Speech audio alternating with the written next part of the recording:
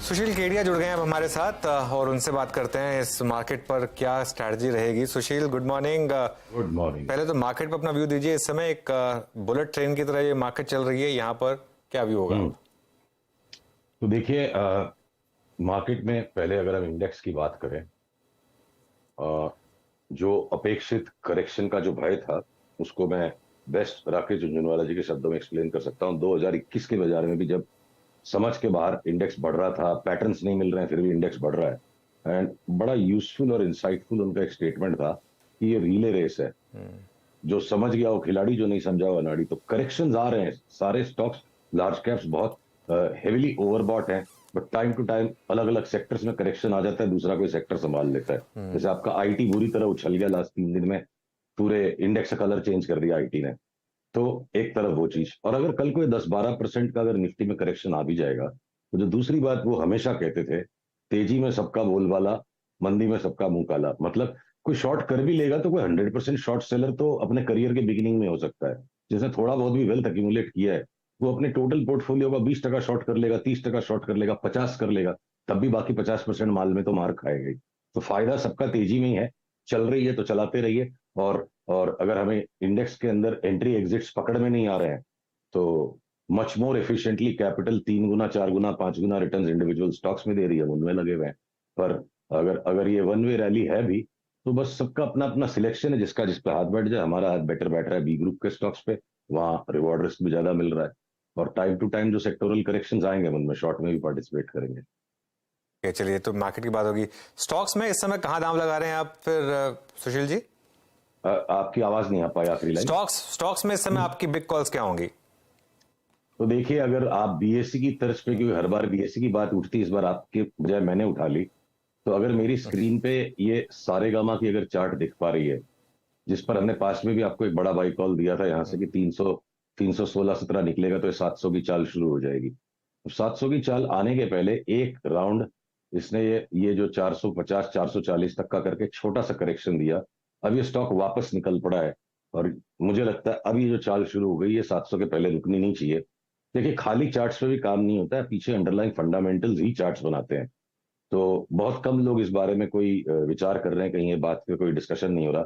NCLT ने already demerger का approval दे दिया है, और इनकी जो डीमर्ज्ड एंटिटी के अंदर में सारा का सारा डिजिटल ई कॉमर्स बिजनेस जो चला जाएगा, तो उसी बात पर ये चार्ट बनी है, और उसी बात पर ये चार्ट के ऊपर में इस तरह की मूवमेंट्स हैं। तो मुझे लगता है Saregama is the next BSE type of one way movement, exactly identical वैसी चार्ट है। और फिर चाहे अब आपके देखिए सनटेक रियल्टी बहुत भाग गया, तब इंडिया बुल्स रियल्टी पीछे से चलना शुरू हो गया। तो रियल्टी के स्पेस में हम घूम फिर के वही दोनों तीनों स्टॉक्स में बार बार डिप्स पे बाई कर रहे हैं। करेंटली इंडिया बुल्स रियल्टी पे स्ट्रांग बाई है। और अगर अगर बाकी जितने भी हमारे जो कैश के स्टॉक्स है, किसी के अंदर में भी टेक प्रॉफिट करके निकल जाने का कॉल नहीं है। 5-10% की करेक्शन आ सकती, सब में 40-50-60% के ऊपर जगह दिखती है।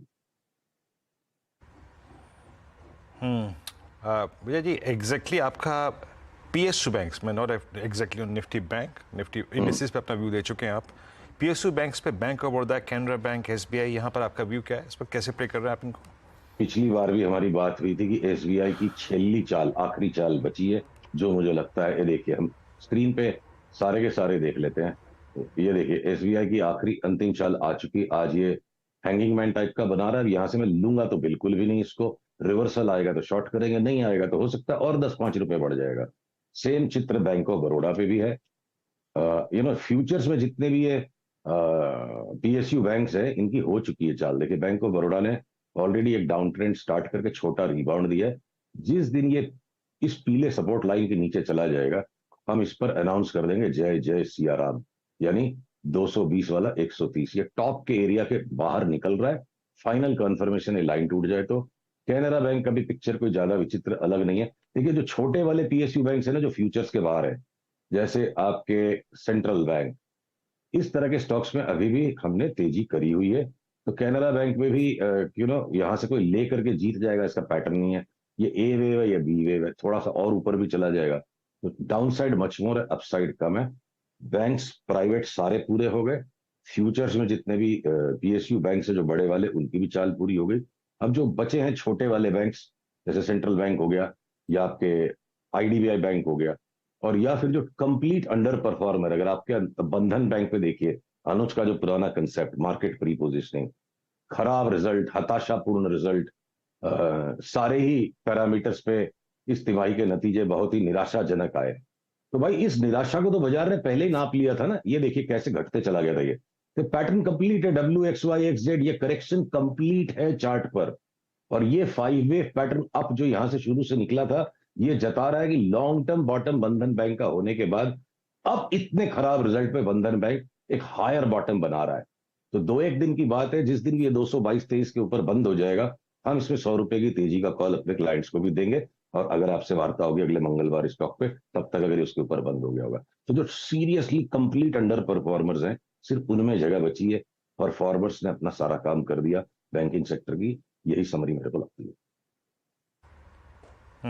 फार्मा में आपका कोई चुनाव, फार्मा में ट्रेड कैसे कर रहे हैं? बायोकॉन आपकी कॉल थी 268 पे, इस दौर के हाईएस्ट रेट पे जोन पे ट्रेड कर रहा है। और कोई ट्रेड आपका फार्मा में? बायोकॉन में 550-600 का भाव आने तक हम उसका भाव नहीं देखेंगे, 10-20 रुपए की परवाह करेंगे, 300 रुपए की तेजी छूटेगी, लगेगा 1.5 साल। छोटे वाले शिल्पा मेडकेयर, बायोकॉन, ये जितने भी छोटे वाले सारे स्टॉक्स हैं फार्मा में, वो हम सब बरकरार रहेंगे। और लार्ज कैप्स, डॉक्टर रेड्डी, सन फार्मा, इनको जब जब इंडेक्स के साथ कोई सेल सिग्नल आएगा, या आपका इवन डीवीज लैब, इनको हम शॉर्ट सेलिंग में यूज करेंगे, लार्ज कैप्स को शॉर्ट सेल करेंगे, और smaller and mid cap pharma stocks को हम दबोच के बैठे रहेंगे। अच्छा, आईटी में एक बड़ी तेजी शुरू हुई है पिछले कुछ दिनों में, और खराब नंबर्स के बावजूद स्टॉक्स चल रहे हैं। यहाँ पर कोई पिक्स आपकी, क्योंकि यहाँ पर अगेन शायद वैल्यूएशन कंफर्ट भी है तो स्टॉक्स चल रहे हैं। लार्ज कैप आईटी पर क्या व्यू होगा? अनुज, अपनी बात कई बार हो गई इस बारे में, आपने बहुत ही बढ़िया आपकी एक एडिटर्स राउंड टेबल मैंने देखी थी कहीं ट्विटर पे या यूट्यूब पे, जहां आपने इन्फोसिस के बॉटम को बड़े आपने अलग तरीके से पकड़ा था। और उसके बाद से आपकी मेरी करीब करीब एक सहमति है कि कुछ भी हो जाए, बाकी किसी भी स्टॉक को हम बेच ले, हम ये आईटी के स्टॉक्स को नहीं बेचेंगे। हमारी इन्फोसिस में यहाँ पे भी बात हुई, यहाँ पे भी। तो अब ये जो इतना बड़ा फ्लेयर अप आ गया, आप देखो RSI ओवरबॉट हो गया, जिगरा करके लेने का टाइम यहाँ पे था 1267 में, यहां लेकिन न कोई बहादुरी है न कोई समझदारी है। इनको हम टेक प्रॉफिट करने के लिए आप कोई भी अपनी ट्रेंड लाइन यूज कर लो, जो भी एक तरीका है, अपने एग्जिस्टिंग लॉन्ग्स को बचाना है, हर भाव पे लेते नहीं जाना है।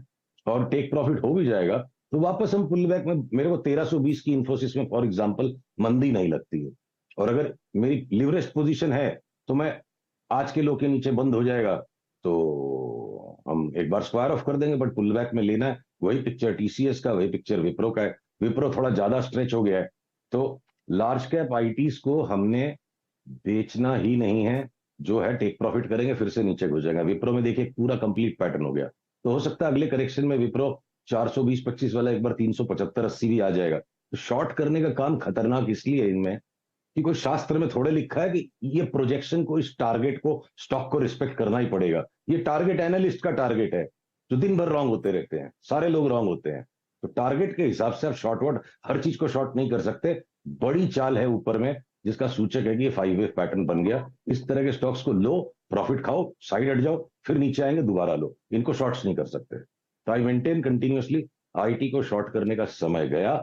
ये कंप्लीट अंडर परफॉर्मर अब आगे का आउट परफॉर्मर है, और जो ऑटो और बैंक्स जो सीवियर आउट परफॉर्मर्स हैं, आगे पीछे साइकिल घूमेंगी, वो अंडर परफॉर्मर बनेंगे।